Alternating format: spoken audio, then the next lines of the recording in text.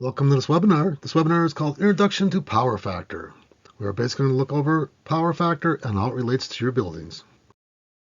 My name is Thomas Shircel. I'm your Senior Regional Application Engineer for ABB. I'll be a presenter for this event. I've been working with drives for over 29 years now, and I've got almost 40 years in the electronics industry. Our agenda for today will be why power factor matters, how good bad power factor impacts your facility owner and overall system design. Explanation of power factor and displacement power factor. We're going to go through displacement power factor first, then we're going to talk about true power factor and the difference between the two. We're going to look at harmonics and power factor, and this relates into true power factor. We're going to look at some of the math, but don't be scared of the math. It's easy math in this case. This presentation is not designed to make you a mathematician to calculate out power factors. It's designed to understand power factor and what can be done with it. The effects of power factor on utilities and fines. And that's a big part of all this. Bad power factor can cause excess costs. What happens with generators? The efficiency of your building at whole. And we're going to look at some solutions, and one of the big solutions we're going to look into will be ultra-low harmonic drives and how they affect power factor in your building and what they can do for you in your building. Why does this matter to you? As a building owner, power factor correction can lead to cost savings and reducing demand charges from the utilities. As energy efficiency becomes more increasingly important, optimizing your power factor can lead to significant cost savings and reduce environmental impact, and we all want to help the environment out. Poor power factor can cause issues with your building stability and reliability. Poor power factor is waste of energy, and that waste of energy can actually cause issues with your transformers, heating, other components, and reduce actual life expectancy. With the increase of integration of renewable energy sources and smart grid technologies, maintaining good power factor is becoming more crucial nowadays. Future system designs you must look into. New devices and equipment and systems are developed that can affect your power factor. Update monitoring techniques allows utilities to do price-based on power factor. The better the utilities can monitor your power factor coming into your building, the better they can actually charge you for the total energy that you're really using, not just the power that's coming in. Standard codes related to power factor will lead to more restrictions in the future. This is always coming up. More standards are coming up, and power factors become more and more important. So let's look at some of the bad things about power factors and some of the good things about power factors. Power factor, bad side of it, it impacts facilities efficiency. A bad power factor basically states that your building is not electrically efficient. It increases stress, resulting in lower operational life of components, lower electrical load capacity. By having a large amount of bad power factor, a high number, your actual electrical capacity is dropping. Potential regulatory compliance issues. And many utilities charge extra fees for lower power factor numbers. It has an environmental impact because more fuel needs to be burned at the power plants, and it creates higher greenhouse gas emissions. A good power factor pretty much is the opposite of bad power factor. You have better facility efficiency. You increase the load capacity of your facility as a whole. You're not wasting energy. You reduce losses, and a higher power factor means less wasted energy. Lower energy consumption, lower utility bills, and many utilities will give you extra credit for high power factor numbers. Efficiency use of electrical power reduces the burden on the electrical system. The equipment experiences less stress. Fewer faults and reducing downtime. Longer operational life comes out of your facility as having a good power factor. And voltage regulation, electrical components, and conductors experience less overheating when the power factor number is high. Now it's time to look at an explanation of what is power factor, and the first thing we're going to look at is displacement power factor. One quick note, this power factor only relates to AC systems, alternating current systems. They do not relate to DC, direct current systems. Displacement power factors for systems with only one frequency, no harmonics. In the United States, that would be 60 Hz. The three-phase components of an AC system are real power measured in watts. We call it W. Reactive power, measured in volts, amps, reactive. VA, and a small r. That's your volts, amps, reactive. Apparent power, measured in volts and amps. VA. If a system only has resistive loads, the power factor would be unity, otherwise known as 1. In this case, we will look here, and we will see we have voltage and current as an AC waveform. The voltage and current are in sync with each other, which we're showing here is all the power is positive. Therefore, all the power is useful power in your system. This is a power factor of 1. Now, a system with an inductive load will have a lagging power factor. And in this case here, we can see voltage, and from the voltage, lagging behind the voltage is the current. First comes the voltage, and we have a lagging current. The current is actually behind the voltage. So when we look at the power, anytime the power on this graph here drops below this 0 line here, it's reactive power. It's not useful power in our systems. The farther we lag in current from the voltage, the more reactive power we have. This reactive power does not contribute to the actual power in your system. For capacitive loads, the power factor is leading. In this case here, if we were to show the graph of that, the actual current would lead the voltage. Okay, like any good technical presentation, we need to look at some math. In this case here, we're going to have very simple math, so don't go running away. This is pretty simple. We're going to talk about displacement power factor right now, and the first thing we're going to look at is the power triangle. The power triangle is going to start off with watts, our active power. That's our first vector we're going to look at, and that's in watts. If we had unity power factor, that would be it. We'd be done. We'd be on our way. Nothing to worry about. But in this case, we have some reactive power. Volts per amps reactive. That's in green right now. And this is the power needed to produce, in this case here, we're going to have motors across the line. So the magnetizing flux needs to be reduced, and by reducing that, we end up with reactive power. Connecting the two together is our apparent power, volts amps. This is the vectorial summation of the reactive power and the active power. Now, displacement power factor is the cosine. That's it, the cosine of this vector that we show right here. That angle right there, cosine of that theta, is power factor. Something to note, if you put a K in front of all this, kilo, we multiply by 1,000. So 2 kW is 2,000 watts. So the base equation, power factor equals real power divided by apparent power. So that's watts divided by VA. Now apparent power is equal to VA, which is equal to the square root of the squares of real power watts and reactive power squared. And the power factor triangle relationship is power factor equals cosine theta. That's your big math. Now we talked about displacement power factor. Let's talk about true power factor for a minute. Both are power factors, but there's a bit of difference between the two. So the relationship between true power factor and harmonics are complex. It's not that simple. Harmonics are sinusoidal voltages and currents that have frequencies that are integers and multiples of the fundamental frequency in the power system. Let's look at a fundamental frequency of 60 Hertz in the US. Nice, beautiful sine wave. Has one frequency, 60 Hertz. Let's just say we'll add the fifth harmonic. That's 5 times 60, which equals 300 Hertz. And in this case here, we can see we're doing simple graphical math right here. Where we peak out right here, we're adding it to the peak of the 60 Hertz, we end up with a new peak. Over here where we're negative, we're minusing from the 60 Hertz, and we bring the sine wave down.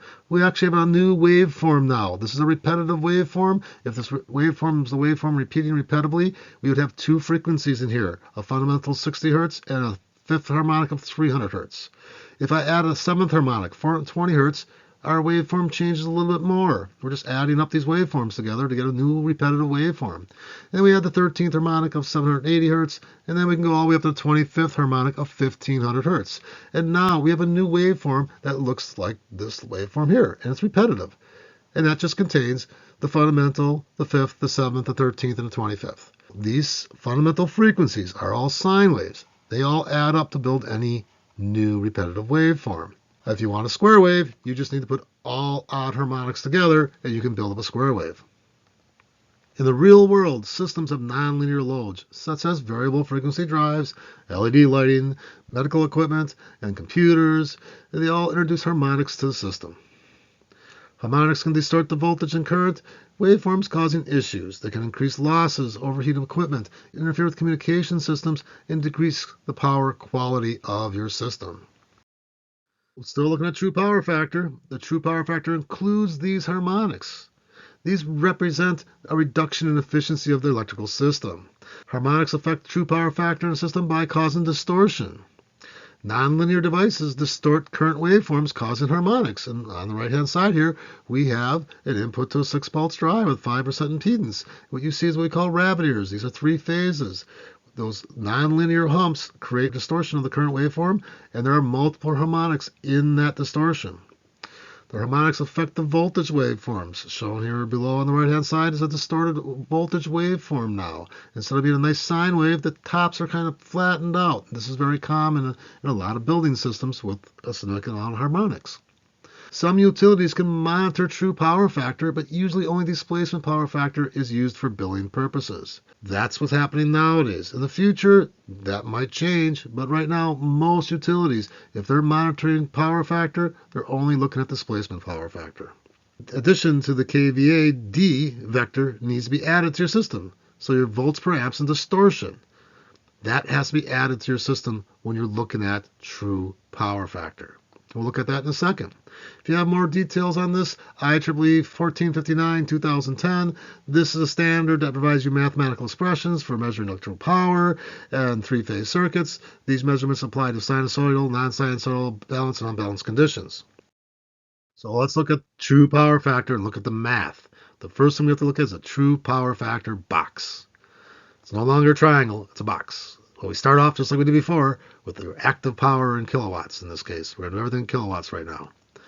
Then we're going to look at your reactive power in kilowatts, volts per amps reactive. Just like before, we built that triangle up at that point, and the parent power appeared. This was our displacement power factor triangle, our power factor triangle.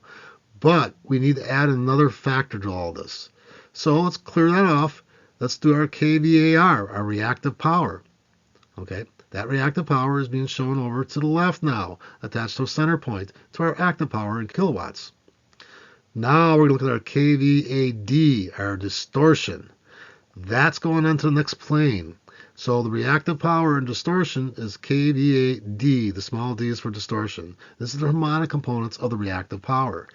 Now we have built ourselves into a box. No longer a triangle, it's a full box. And by doing this, we get our new apparent power. Our new apparent power vector has to go from the far corner of the box to the far other corner of the box, which makes a vectoral summation of kVAR, kVAD, and kW. So you have your reactive power, your distortion power, and your kilowatts. All that becomes part of the apparent power. Now this vector is longer than we had in the power triangle. It's actually adding in the distortion caused by harmonics. So when we look at the formula, it's relatively simple. Power factor for true power factor equals cosine theta, which was your power factor before, divided by the square root of 1 over the total harmonic distortion and current squared. Let's talk about the effects of power factor on your building. Right now we're going to look at table 1. This table is going to look at a system with 75 kilowatts of energy, 40 volts. The effects of displacement power factor, not including harmonics, so it's only displacement power factor. We're going to look at starting with a 60%, otherwise a 0.6 power factor, going up to 90%, otherwise a 0.9 power factor. So let's take a look at this. If we look at the 0.6 power factor, here's our power factor triangle here for displacement power factor, and we have a 0.6 power factor. Our kVAR is 100, so we have 100 kVAR occurring because of the 0.6 power factor. This gives us our parent of 125 kVA. So our parent power factor, our parent energy is 125 kVA. If we move over from that 0.6 power factor over to a 0.9 power factor, we have a dramatic change in the system. Our kVAR has moved from 100 to 36.3. We've gone all the way down to 36.3. Almost 2/3 of a reduction just in our kVAR right off the bat to a 0.9 power factor. And our total kVA needed now is 83.3 kVA instead of 125 kVA. This has a large effect on your whole entire system. So we reduced our kVAR from 100 to 36.5 and the kVA from 125 to 83.3. How did this affect our system when you designed our system? Knowing that we knew that we had a 0.6 power factor, we'd have to design the system for a 0.6 power factor. Reduced our load amps from 151 amps down to 100 amps. So right off the bat, at a 0.6 power factor, we were drawing 151 amps. Not all that power was useful, but our load amps was 151 amps. And we've brought it down to 100 amps. And that required Our original transformer for the 0.6 power factor required to be 175 kVA to support a 75 kVA system. Now we reduced that 175 kVA down to 100 kVA. Now for a 75 kilowatt system, you can run a transformer at 100 kVA with a power factor of 0.9. Your transformer was reduced in size. This saves a lot of money.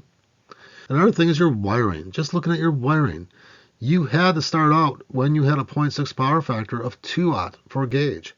Then you get to reduce that to 3 gauge just by reducing your power factor from a 0.6, get an improved power factor to a 0.9.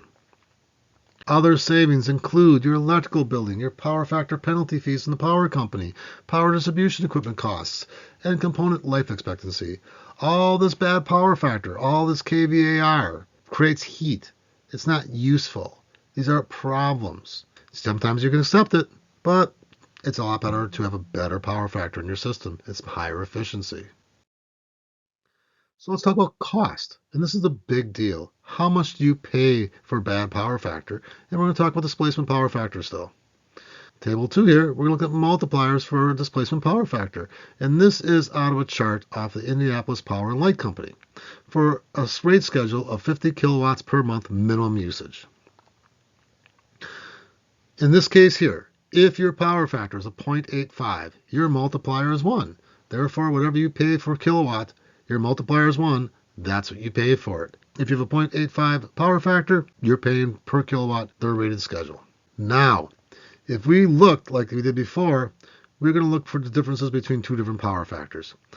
The power factor is above a 0.85, otherwise a 0.9, a 0.95, whatever. The utility, in this case, will give you credit through a price reduction. When it's below a 0.85, it will actually fine you the cost per kilowatt of usage for the month.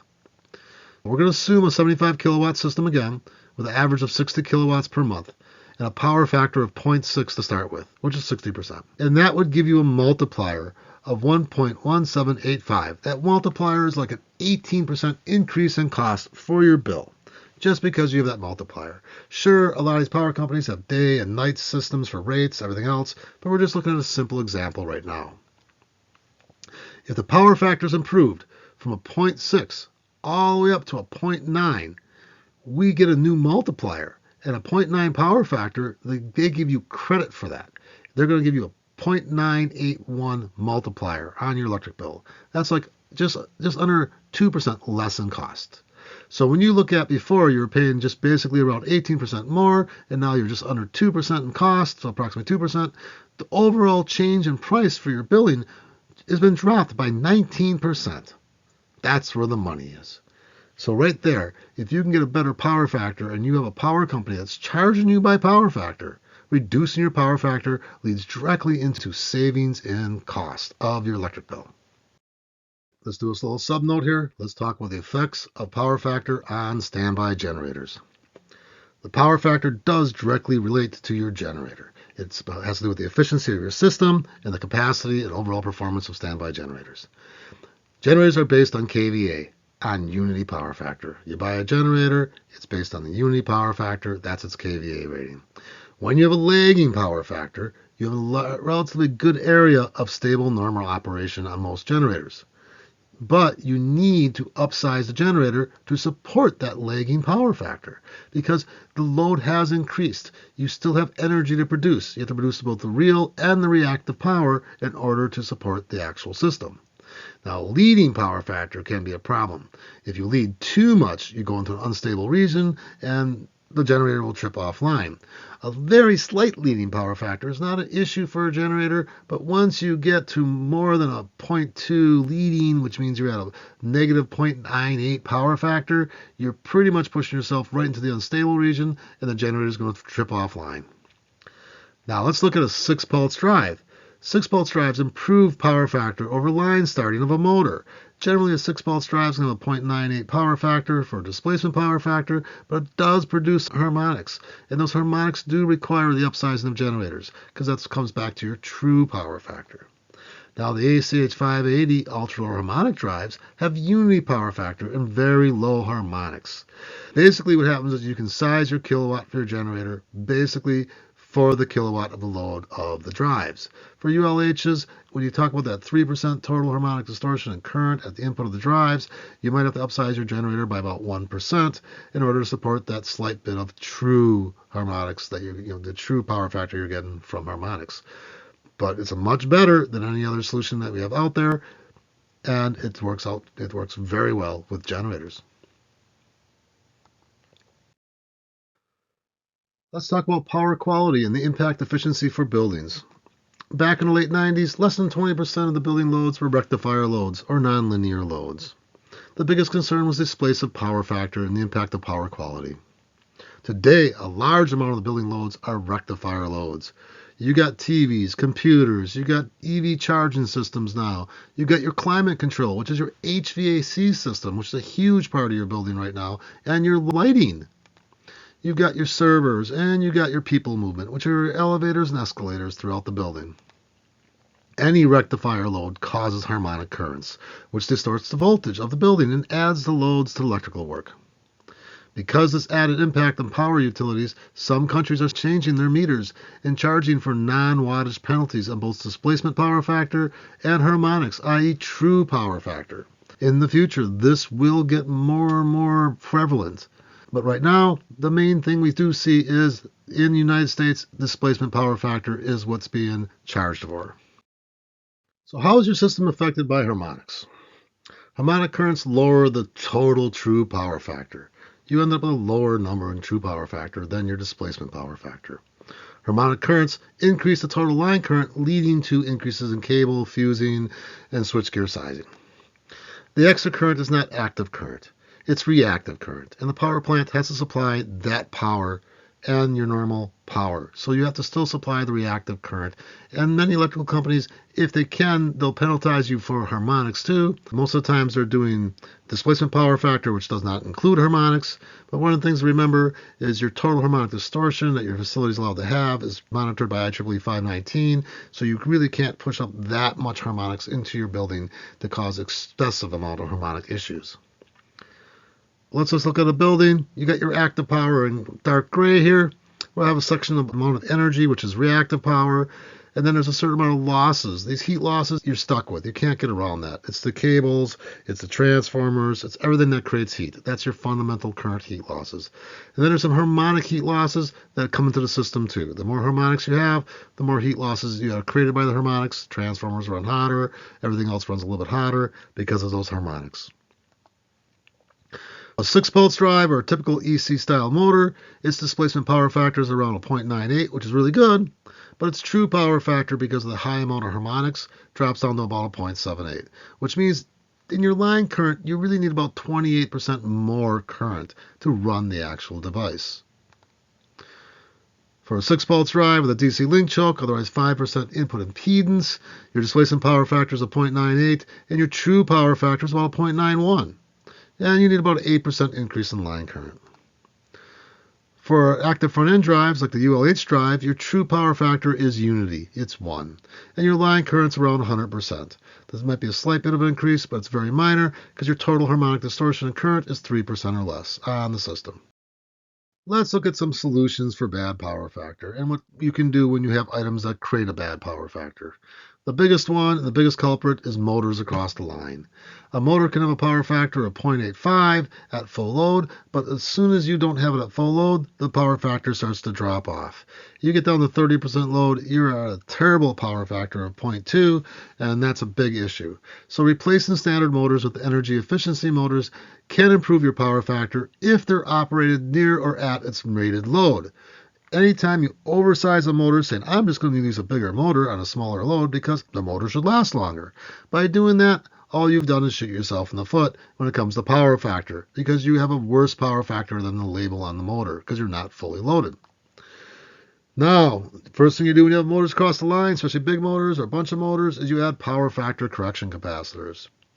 Commonly used to improve power factor because a motor creates a lagging power factor and a correction capacitor makes a leading power factor, and you can counteract the lagging power factors. Remember, correction capacitors do not correct distortion, so the true power factor is not affected. So here's our example. Basically, we're looking at a reactive power of about 100 kVAR. we are going to put in a cap bank that's going to correct 67 kVAR of capacitance, and that correction is going to be leading to counteract the lagging kVAR. This will leave us with 33 kVAR left over that's still in your system. At the current moment, my power factor is a 0.7, and by adding the capacitors, by dropping them in when the motor goes across the line, my new power factor is a 0.95, and I still have 33 kVAR of actual loss of power, but it improved my power factor tremendously. Another solution is the use of 6-pulse drives with internal 5% impedance, such as the ACH580 drive, standard 6-pulse drive, and it saves energy and improves your power factor. The average displacement power factor is as good as 0.98 at full load. The VFD in the AC supply line only supplies real power because the voltage and current remains almost perfectly in phase and there's very little displacement. One of the things to remember is that even though a motor has a 0.85 or less power factor, because the way a drive works, we rectify the AC to DC, then we reconvert a new frequency and a new voltage to run the motor. And it literally has isolated the motor from the input of the system. And the power factor, because the way a drive sets up the vectors inside the motor, the drive is causing full torque, or the torque needed at whatever speed we want, and the effect of power factor of the motor is not being reflected back onto the power supply. Unfortunately, diode-based 6-pulse rectifiers introduce harmonics to the system, and total harmonic distortion and current can range anywhere from 35 to 45%. These harmonics do affect true power factor. Reducing the true power factor at full load to around 0.91 due to the harmonics produced by the VFD. Another great solution brought to you by ABB is the ACH580 ULH drive. It uses IGBT technology rather than diodes to rectify the incoming power. The active front end has unity displacement power factor through most of its power range, as shown here. The active front end has a 3% or less total harmonic distortion at its input that has very little effect on the true power factor on your system.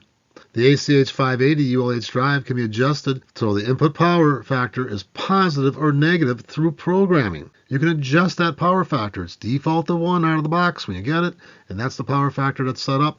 But if you need to adjust it, it can be adjusted. The drive can be programmed to create kVAR to counterreact power created by other components, thus improving the facility's displacement power factor.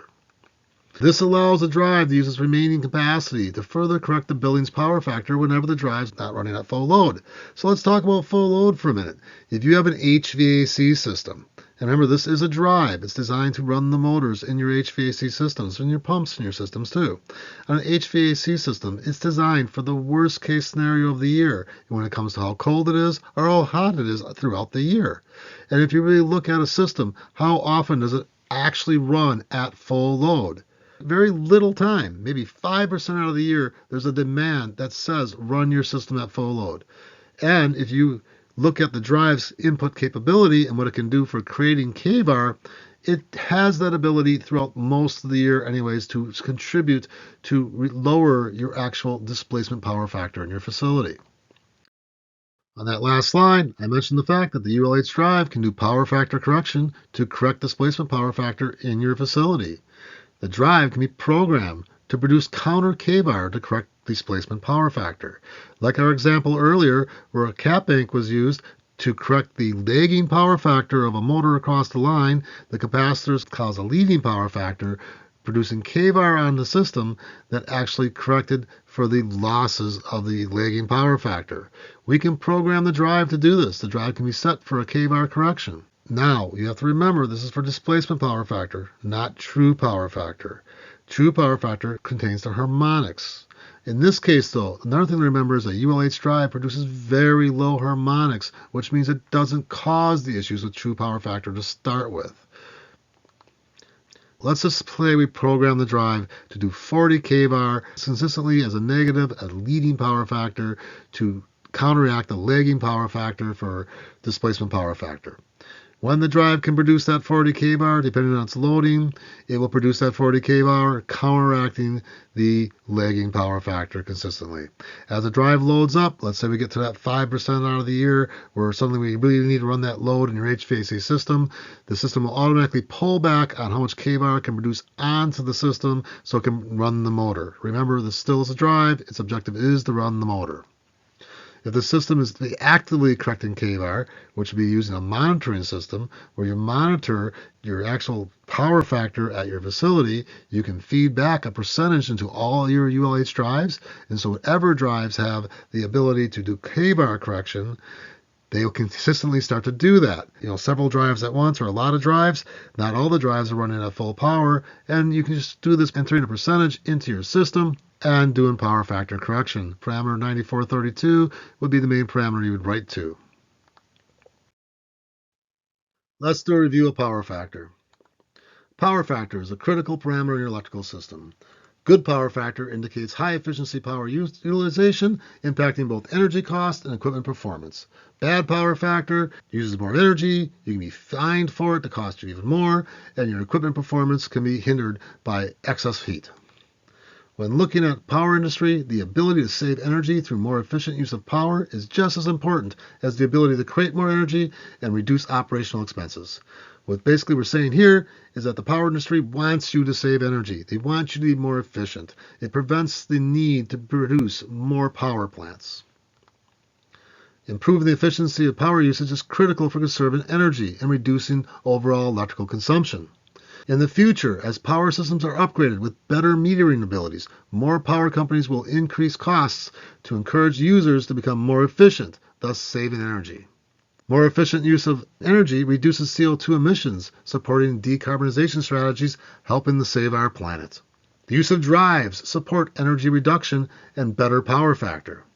The ACH580 Ultra-Low Harmonic drive improves true power factor by introducing very little harmonics to the system. The ULH drive by default has unity power factor. The ULH drive can be used to correct existing leading or lagging displacement power factors.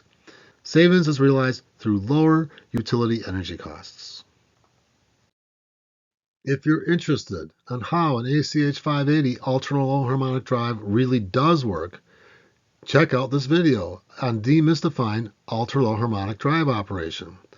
This video will explain how an ultra-low harmonic drive produces low harmonics on the input, how the drive can boost its input voltage, supporting higher voltage on the motor even with lower line conditions, and how the drive actually does work. If somebody says things like they act like noise-canceling headphones, they're wrong.